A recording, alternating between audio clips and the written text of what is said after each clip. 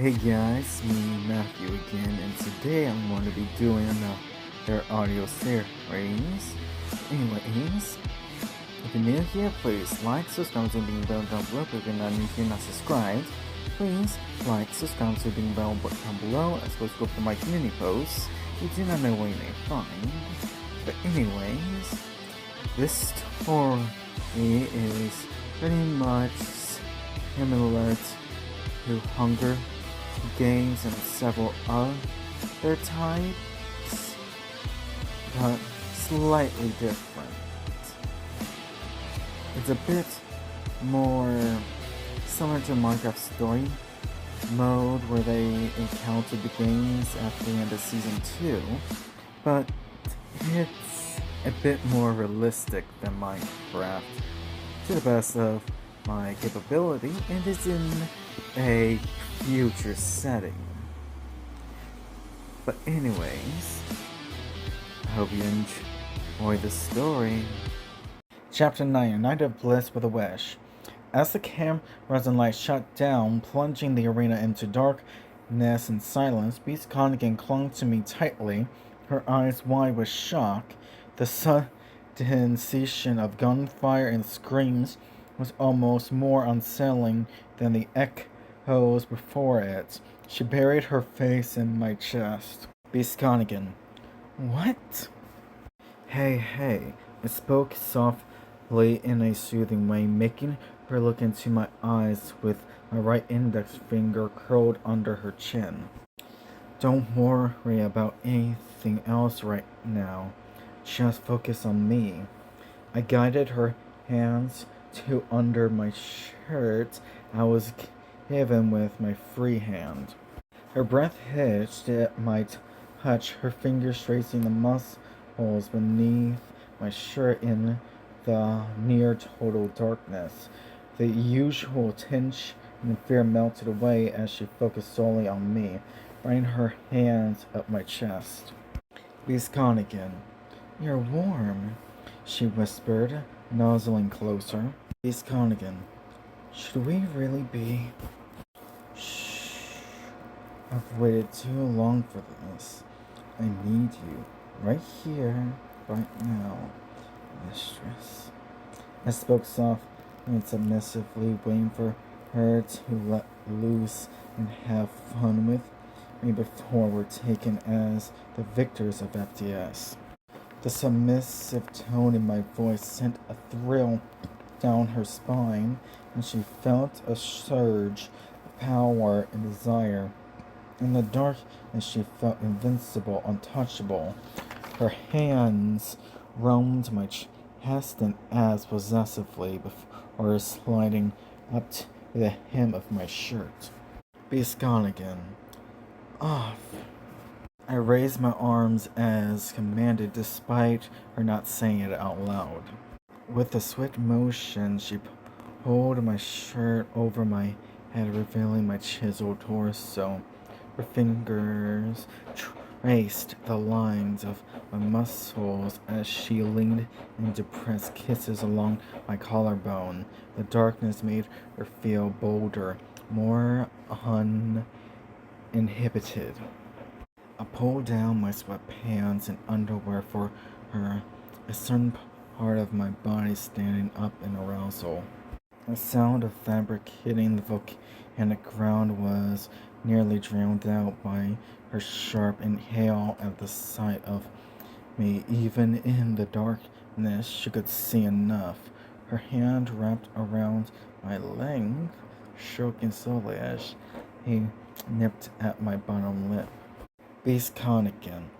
Such a good, obedient boy. She began removing her own clothes before straddling my lap. Her naked body pressed against mine, her breasts rubbing against my chest as she positioned herself over me. She lowered herself onto my legs slowly, savoring every inch until she was fully seated. Beast Connigan. She moaned softly, starting to move. I put my hands over my head before she grabbed them to hold them down on the ground. She liked that I was letting her take control, and it made her even more aroused. She rode me slowly at first, her hips rolling in a sensual rhythm as she leaned down to bite and suck on my neck. Her breast pressed against my chest with each movement. Her nipple was hardening from arousal and friction. "I love you so much, mistress," I said submissively as I hit her neck as well, holding it while she held mine as she doesn't stop riding me. Her inner muscles tightened around me at my submissive words. She loves seeing me like this, all muscle and strength, yet so obedient and sweet. She threw her head back, giving me better access to her neck as she picked up the pace, bouncing on my length harder and faster. As we both were getting close, we both broke the skin of our necks, causing only 4 beads of blood each to come out. As I broke the skin of her neck, Miss Connigan gasped sharply, her movements faltering for a moment before they became almost frantic. She felt my warm mouth sucking at the wound, and in a moment of pure instinct, she did the same to me. Beast Connigan. She was moving wildly now until we hit our high of loving pleasure together, filling her womb at long last.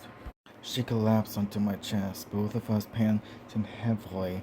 Our combined blood mingled on our necks, a primal mark of our intense love and submission. She kissed me deeply, tasting the coppery flavor of blood mixed with our passion. Beast Connigan. "My good boy," she whispered against my lips. Her French kiss her back as I hold her lower back with one hand and the back of her head with the other before flipping her beneath me. I gently placed her head on the rock floor before joining my other hand to the one around her lower back as I began moving wildly, holding another bite on her neck. She moaned loudly as I flipped her beneath me. A wild, almost animalistic movement had her inner muscles tightening again. I hit deep spots inside her that made her whimper, my teeth sinking into her neck again only heightened her pleasure. She scored my back with her nails, marking me possessively. I only got rougher, faster, and harder as I broke my limits to please her. Her legs wrapped tightly around my waist, pulling me deeper with each brutal thrust.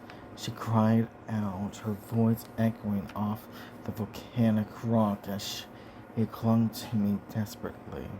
My roughness pushed her over the edge again, unexpectedly fast, making her shudder violently beneath me as she came once more. Her second high of pleasure caused me to feel her wound once again. I kissed her neck with a loving, loyal lick at the wound I left on her. She panted heavily, her body still trembling from the intense orgasm, feeling my loving lick at the wound on her neck sent shivers down her spine.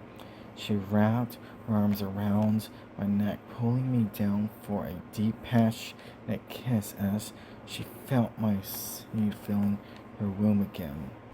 Beast Connigan. Mine. I French kissed her back. After a moment, we heard helicopters. "We should get dressed now, my love," I pulled out as I stood up before offering her my hand with a tender-hearted smile. She took my hand with a small smile. "Beast Connigan, always so sweet," she murmured softly before or grabbing her clothes. She watched my muscles hold back as I put my shirt on, finding it hard not to pounce on me again. She heard the helicopters too, their noise getting louder.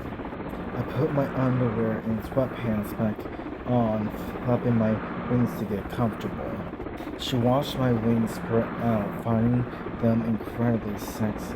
She quickly put on her bra and black-laced underwear, then her sweatpants and black top. She tied her hair back up in a tight bun. The helicopters were almost above us now, their spotlights scanning the ground. Not long after we were fully dressed, the spotlight found us with our hands not only clasped, but also locked in the bright lights with our free hands. She stood close to me, using her free hand to block the bright light from her eyes. The helicopter spotlight illuminated our intertwined hands, creating a dramatic silhouette of us two against the dark volcanic landscape. A megaphone suddenly cracked to life above us.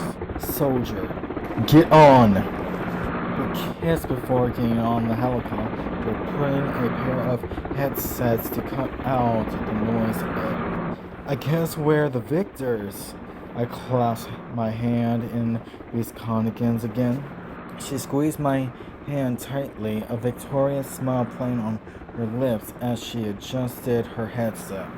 "Viscontigan, looks like it," she whispered into the comms, her voice low and triumphant. The helicopter began to ascend, carrying us away from the volcanic side of the battlefield.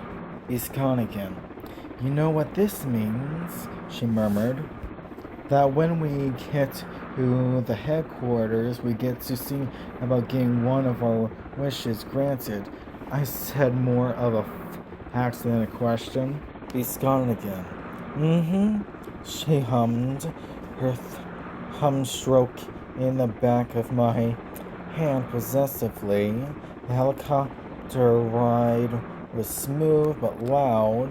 As we heard the helicopters, she leaned closer to me, her voice barely audible over the noise. "Viscontigan, and I know exactly what my wish will be.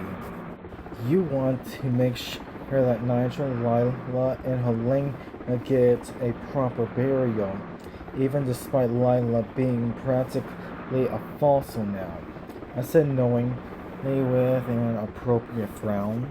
She nodded solemnly, her eyes reflecting a mixture of sadness and determination.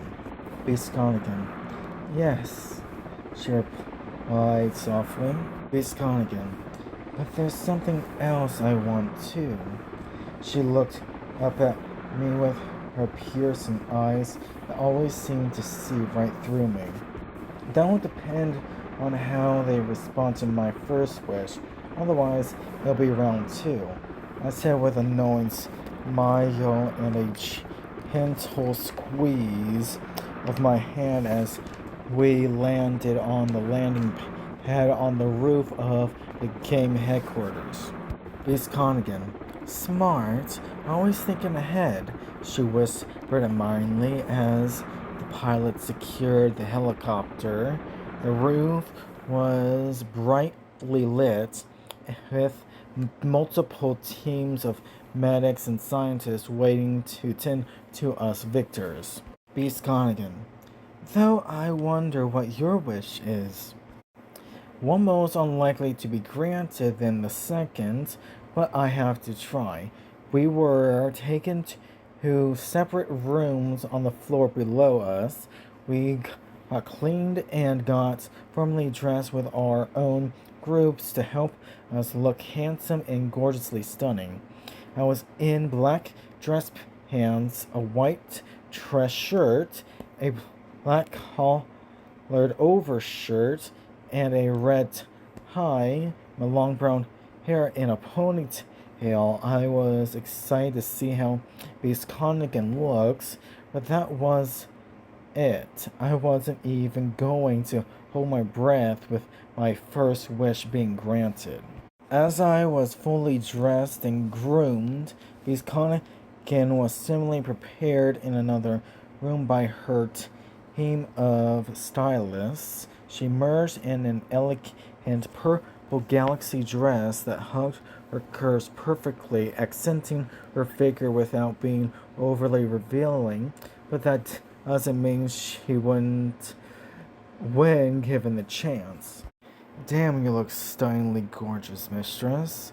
I covered my mouth with my fist with a grinning, humorous smile on my face. She chuckled softly, her eyes sparkling with amusement and appreciation. Beast Connigan, and you look rather dapper yourself, she replied, her gaze sweeping over me appreciatively as we were led to the main hall, where wishes are granted with reason. She leaned in close to me. Beast Connigan, what's your first wish?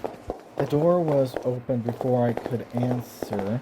The head game maker, a handsome man in a glittering red suit and short blonde hair, standing next to the commander that is currently running the States in a military-based manner. The sight of the commander made me serious with reasonable anger. She noticed my serious expression immediately, her hand abruptly finding mine as we walked in. The head game maker spoke first with a charming smile, while the commander watched with an expression of professional detachment. Head game maker, welcome, victors. Only one wish can be granted per victor. Ladies first, my love. I kissed Beast Connigan's cheek. She smiled softly at the gesture, her heart warming at the affectionate term. Turning to the head game maker and the commander, she cited her wish clearly and confidently. Beast Connigan, I wish for a proper funeral and burial for Nigel, Lila, and Helena with all the honors and respect they deserve. I watched the commander closely. The commander's expression remained stoic, but the head game maker nodded solemnly. Commander, a noble wish. It will be granted. The funeral will be held with full honors and respect for the fallen contestants. He turned to me next, his smile never wavering. Commander, and your wish, Victor? I'm guessing that my first one won't be granted, but here it is anyways. I wish for both FTS and CFTS to be shut down permanently, sirs. I said respectfully, since I wasn't in the position to do anything lethal despite my suspicions during the game from day one of survival games. The commander's expression darkened noticeably at my wish, but the head game maker remained calm. Commander, a bold wish indeed. However, as you suspected, it cannot be granted. He paused, studying me intently. Head game maker. But, the commander interrupted him. Commander, we can offer you an alternative. Then my second wish is for Beast Connigan and I to take part in CFTSers, the clan-based games of FTS, where clans of 25 players fight to survive. The commander's eyes widened slightly, intrigued by my counteroffer. Commander, very well. Considering your unique skills and partnership, we'll grant that. However, there's a condition. The head game maker leaned forward, his tone becoming more formal. Head game maker, you must lead your clan. I'll do it, sirs. Now I'm guessing it's time for our victory interview with the announcer, game maker, sir, I said in a dictatorial manner. The head game maker nodded with a small smile. Head game maker. Indeed it is. The announcer is ready to conduct your victory interview. He gestured towards a door where the familiar figure of the announcer stood, waiting patiently. Then let's get going. I kissed Beast-Connigan's cheek as we and the announcer went through the door to see a crowd and cameras as well as a TV screen prepared for the interview. As the door opened, the announcer stepped forward with a bright smile, addressing the crowd and the cameras. Announcer, ladies and gentlemen, we are thrilled to have our victors here for an exclusive interview.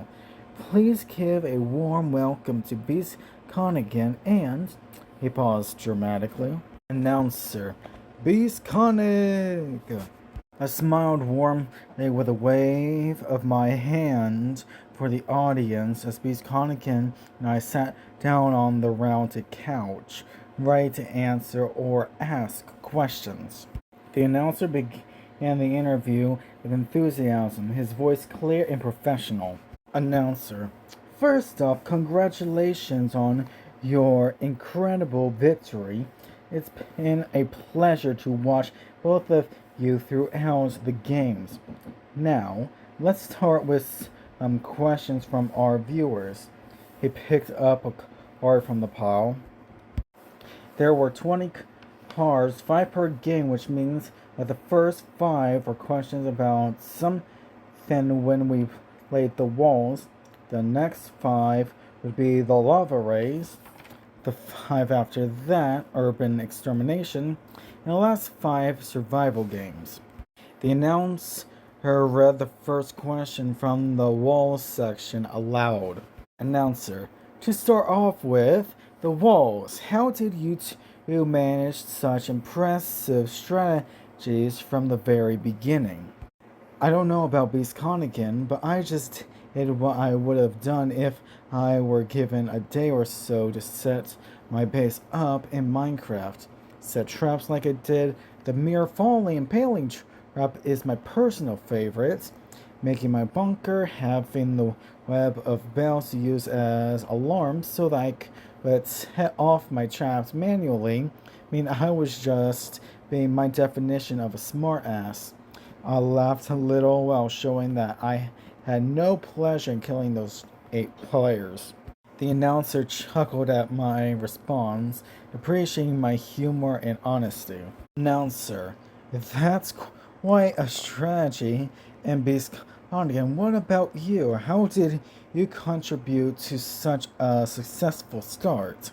I listened intently. I only knew that she ended up with a swamp biome for her chunk in the walls, and that he technically didn't kill anyone, unlike the very real alligators in her biome chunk. Beast Connigan smiled softly, her eyes reflecting a mix of pride and nostalgia. Beast Connigan, well, I must admit, my swamp biome was quite the advantage. The alligators, they were quite helpful in defending my territory. I didn't need to kill anyone myself. Nature did that work for me. She continues on to her designed bunker. Beast Connigan, I set up my bunker with multiple layers of protection, hidden traps, underwater entrances, and a system of air vents that allowed me to breathe underwater if needed. It was a fortress designed for survival, not aggression. She smiled modestly, clearly proud of her strategic thinking. Beast Connigan, but honestly, she was being humble now. Beast Connigan, honestly, a lot of it was about understanding the environment and using it to my advantage.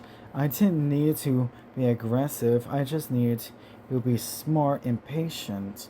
The The announcer nodded appreciatively before moving on to the next question from the wall section. We answered each question one by one until we were now on the survival games questions, and I was surprised that the first one asked about what Bisconigan and I did after the TBTBD exploded and cut off the power to the arena. The announcer read the question with a hint of excitement in his voice. Announcer: during the survival games, after the TBTBD explosion cut off power to the arena, what did you two do?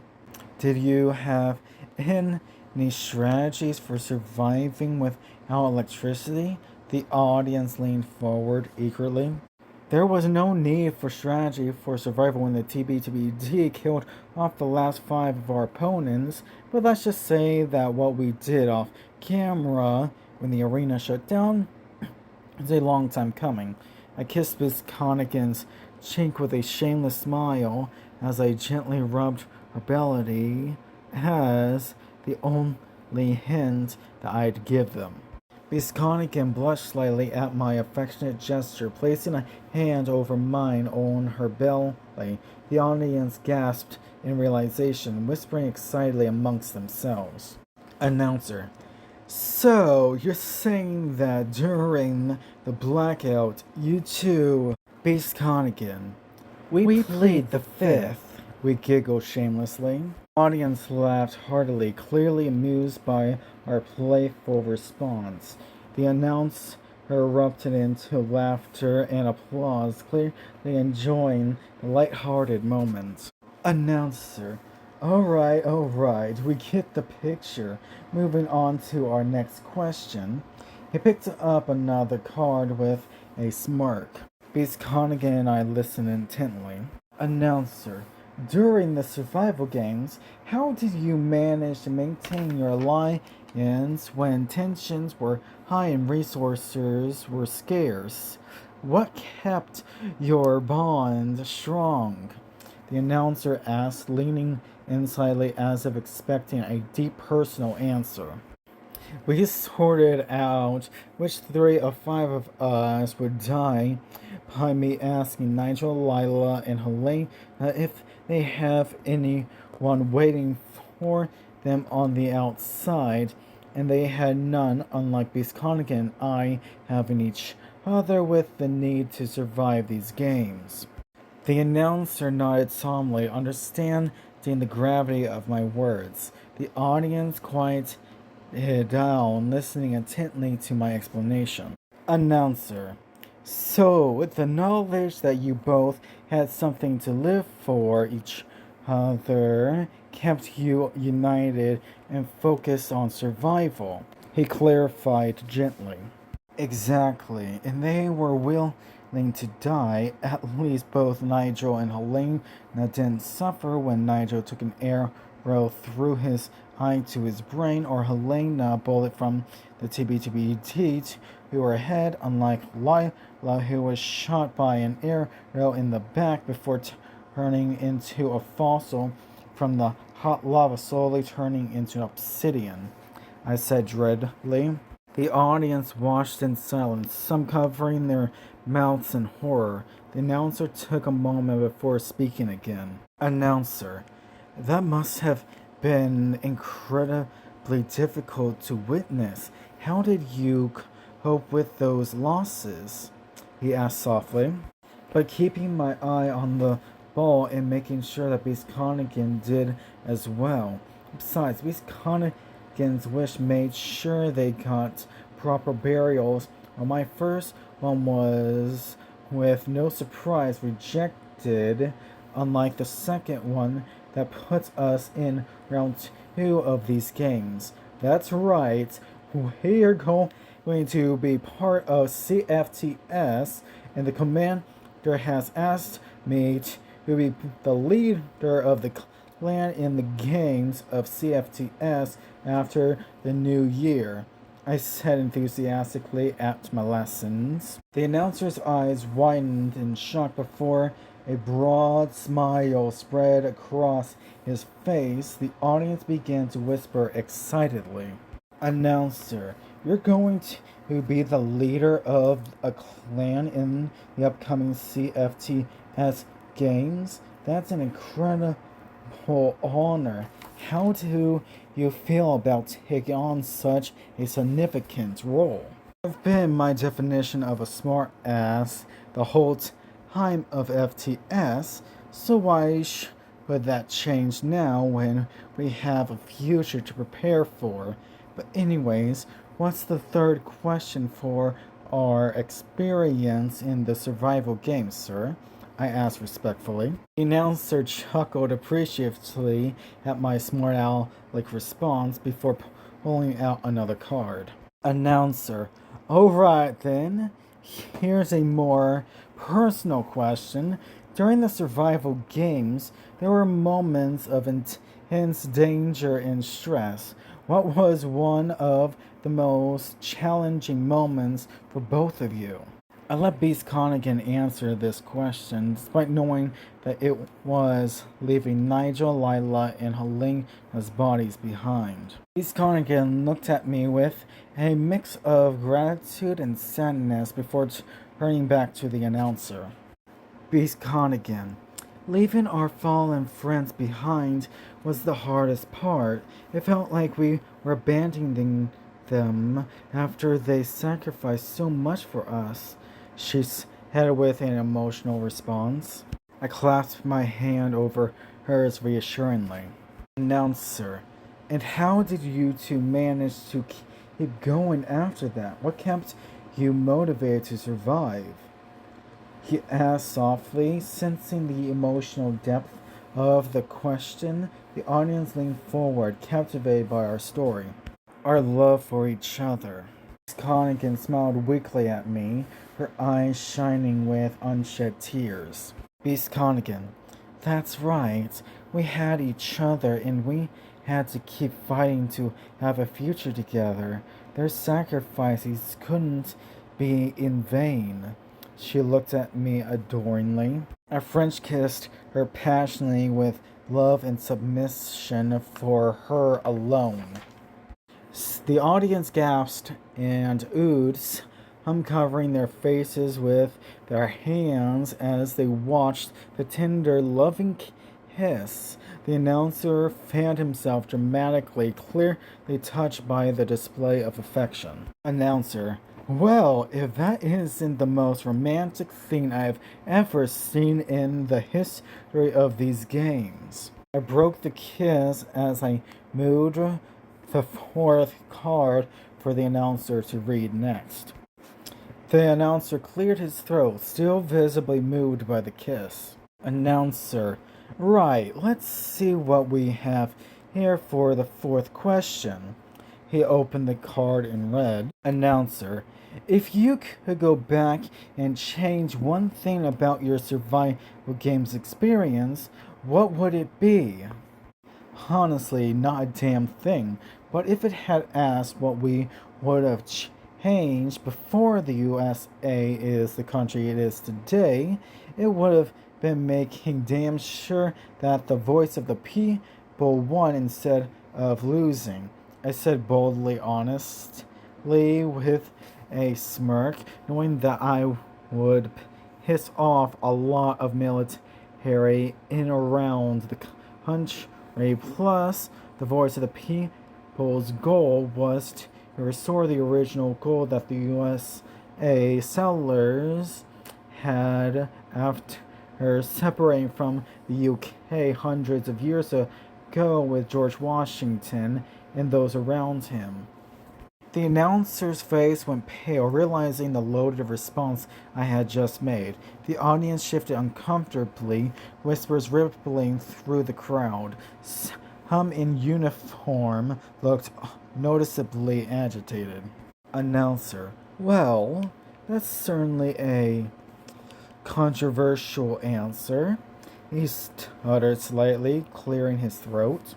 The announcer moved on to the final question while I held a smirk that showed that I meant to strike a nerve, but secretly sending a message to someone watching this on screen in assumption that Biscongan and I's suspicions were correct. The announcer saw my smirk and the subtle change in my expression. He knew I'd struck a nerve somewhere higher up. He opened the final card carefully, his voice lower than before. Announcer. Last question. This one's more lighthearted. Biscongan and I listened intently while I giggled a little.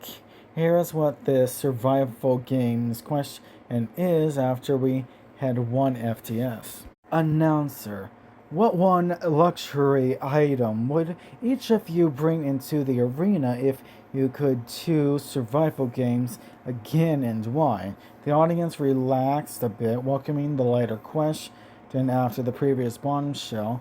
The announcer shot me a pointed look, almost as if challenging my aversive response earlier. A multi-tool. I kept it simple given the question, while still giggling at the fact I intentionally pissed several military people off on the previous question. The announcer raised an eyebrow, slightly amused by my straightforward answer. The audience murmured, approving the multi-tool. It was a practical choice that showed foresight and resourcefulness. Announcer. And you, Biscongan? He turned to her, expecting something equally interesting. I was curious myself about what helpful tool like the one I chose she'd bring. Playful smile, Biscongan answered. Biscongan. A first aid kit, because in the arena, healing wounds can be just as important as causing them.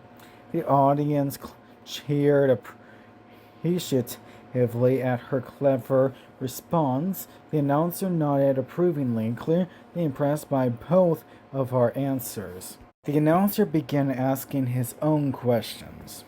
Chapter 10. Triple question mark, unknown triple question mark.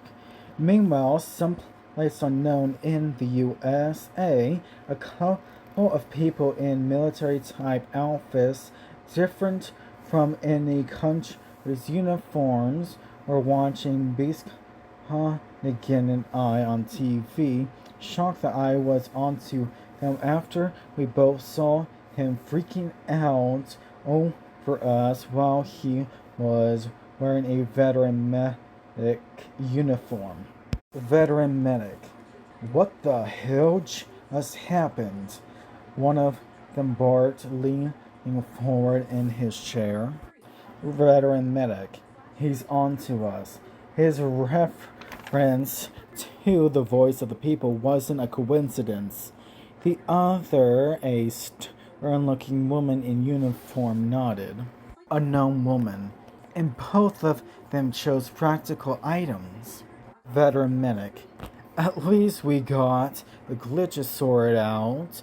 Too bad the team couldn't extract Nigel, Lila, and Helena like they had Biscongan and Biscongan before the survival game started, like the rest, he said while gesturing to Biscongan and I's real bodies in cryopods while we were remotely controlling our flash clones somewhat unknowingly, but have our suspicions.